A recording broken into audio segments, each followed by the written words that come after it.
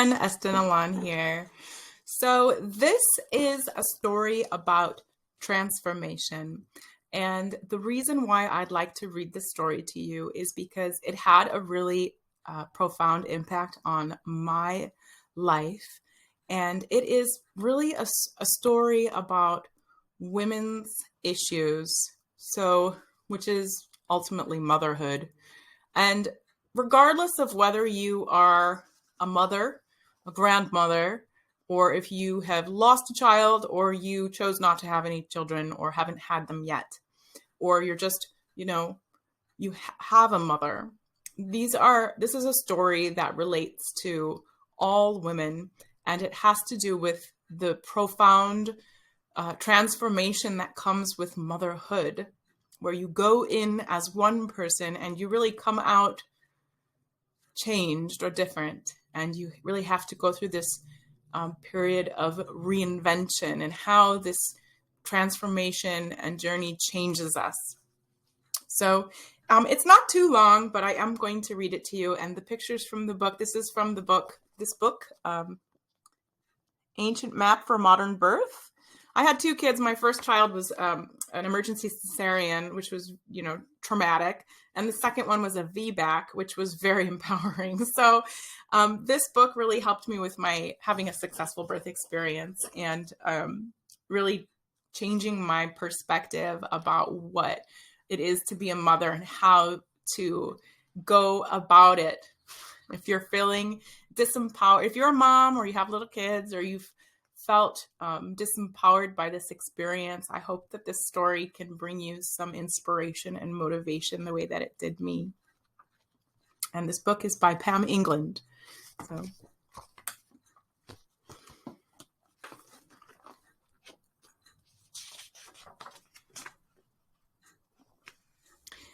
Inanna was a woman of power, a warrior, a queen, a poet, and the priestess of 7 temples. Inanna heard her call from the great below.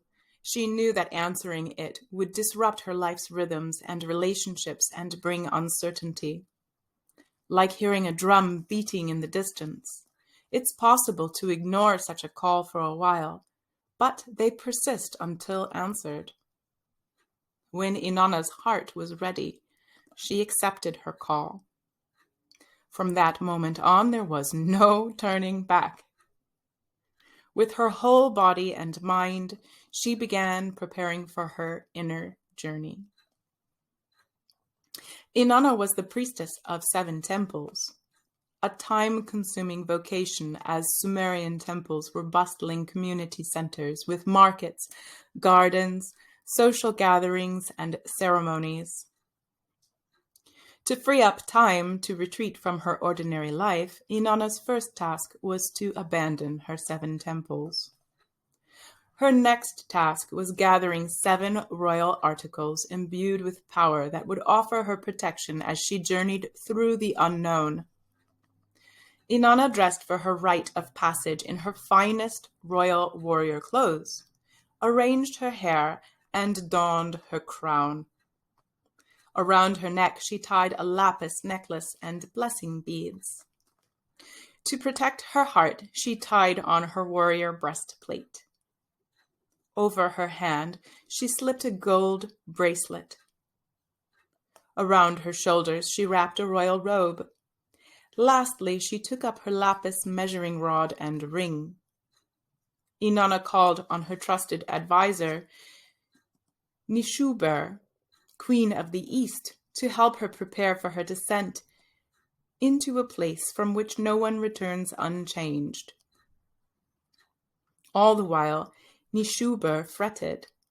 If anything went wrong or Inanna suffered too much during her descent, Nishuber would feel responsible for not having dissuaded her queen from taking this risk. She also worried that Inanna's powerful transformation might change their friendship. So she tried to talk to Inanna and out of her answering her call, but Inanna would not be deterred. Although Nishuber and Inanna had fought side by side in other battles, Inanna knew she had to fight this one alone. She also knew she could trust her faithful advisor, Hinshuber, above all others, with the task of ensuring her safe return. She said, "My dearest friend and advisor, if I do not return in 3 days by my own efforts, go to the 3 wise elders and ask them to help me complete my return. Do not abandon me in the underworld." Having completed her tasks of preparation, Inanna walked away from the comforts of her ordinary life. In due time, she arrived at the first gate of the underworld, Laborland. Bidu, the gatekeeper, whose name meant to open, demanded, "Who are you?" "I am Inanna," she answered, "queen of heaven and earth. I am a poet, warrior, priestess, and wife. I have learned the body ways of birth, yoga, herbs, dances, and breathing. And I have my birth plan right here in my lapis measuring rod. Let me enter." Bidu asked. "Why has your heart led you here, to a place from which no one returns unchanged or unscathed?" Inanna gave her reasons and demanded to be let in. "Come," he said. "You may enter." As Inanna crossed the first threshold, Bidu took her crown. Inanna protested, to which Bidu explained, "The ways of the underworld are ancient and proven. Its ways may not be bargained away or questioned." Inanna continued her descent through a labyrinth passage. Gate after gate, Inanna encountered Bidu, the gatekeeper. Each time, Bidu asked Inanna, "Who are you? Why has your heart led you to this place, a place from which you will not return unchanged?" Each time Inanna passed a gate, Bidu took something of value, something she had brought or worn for protection, comfort, or as a sign to let others know that she was special. At the second gate, Bidu took her lapis necklace and blessing beads. At the third gate, he took her breastplate. At the fourth gate, he took her royal robe, leaving her cold and exposed. At the fifth gate, he removed her gold bracelet. At the sixth gate, he took her shoes. And at the seventh gate, he took from her hands the lapis measuring rod and ring. With each small loss, the queen protested. "It isn't fair. Give it back. I didn't agree to this." Bidu reminded Inanna, "The ways of the underworld are ancient and may not be questioned. Keep going, Inanna. Find out who you really are." Gate by gate, Inanna descended deeper and deeper into the underworld. The underworld was an unfamiliar place. She did not know her way. Only her resolve lit the path through the dark and twisting labyrinth, across thresholds of mercy, terror, and doubt. Naked, humble, sweaty, and exhausted, Inanna crawled on her hands and knees toward the last threshold. She had given her all. Finally, she arrived at the seventh gate. And by now, the gatekeeper had seized everything except the one thing he could not take: Inanna's determination to do what needed to be done next.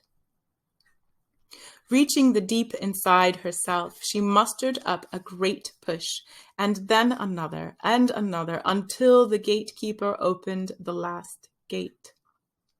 And there, in the deepest, most sacred place of all, she saw the one who had been calling her, and who was still calling to her, her newborn baby. In this transformative moment, the person Inanna had died. In the next breath, she was reborn as a mother. 3 days and 3 nights passed. Inanna was suspended between two worlds. She could not make it home. 3 days is a long time to wait while someone you love is out of reach in the underworld. Ninshuber went to the elders. The first two would not help, blaming Inanna for her predicament. The third elder listened carefully and came up with a plan. Of the three, only he knew the way out because he had gone to the underworld and returned. He created 2 allies and gave them the water of life and the food of life, and instructed them to take these to Inanna.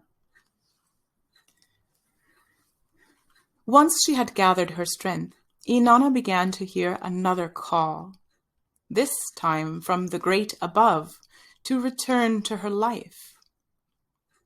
She began her slow ascent.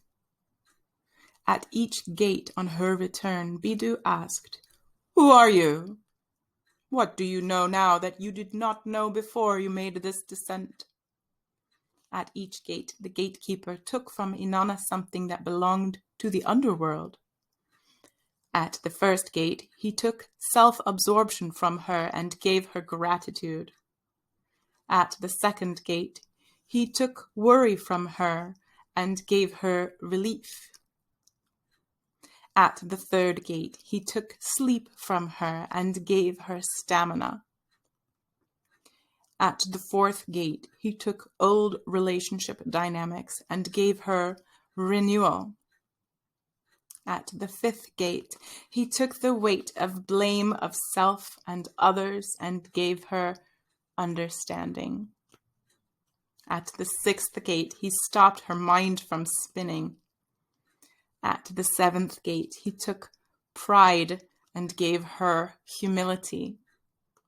At the eighth gate, Biddu took her gathering basket and turned her attention inward. At the ninth gate, he lifted the weight of the whole story and gave her wisdom. The warrior priestess who had left on this journey was surely not the one who returned, for the descent and return had transformed Inanna's mind, body, and heart. The end.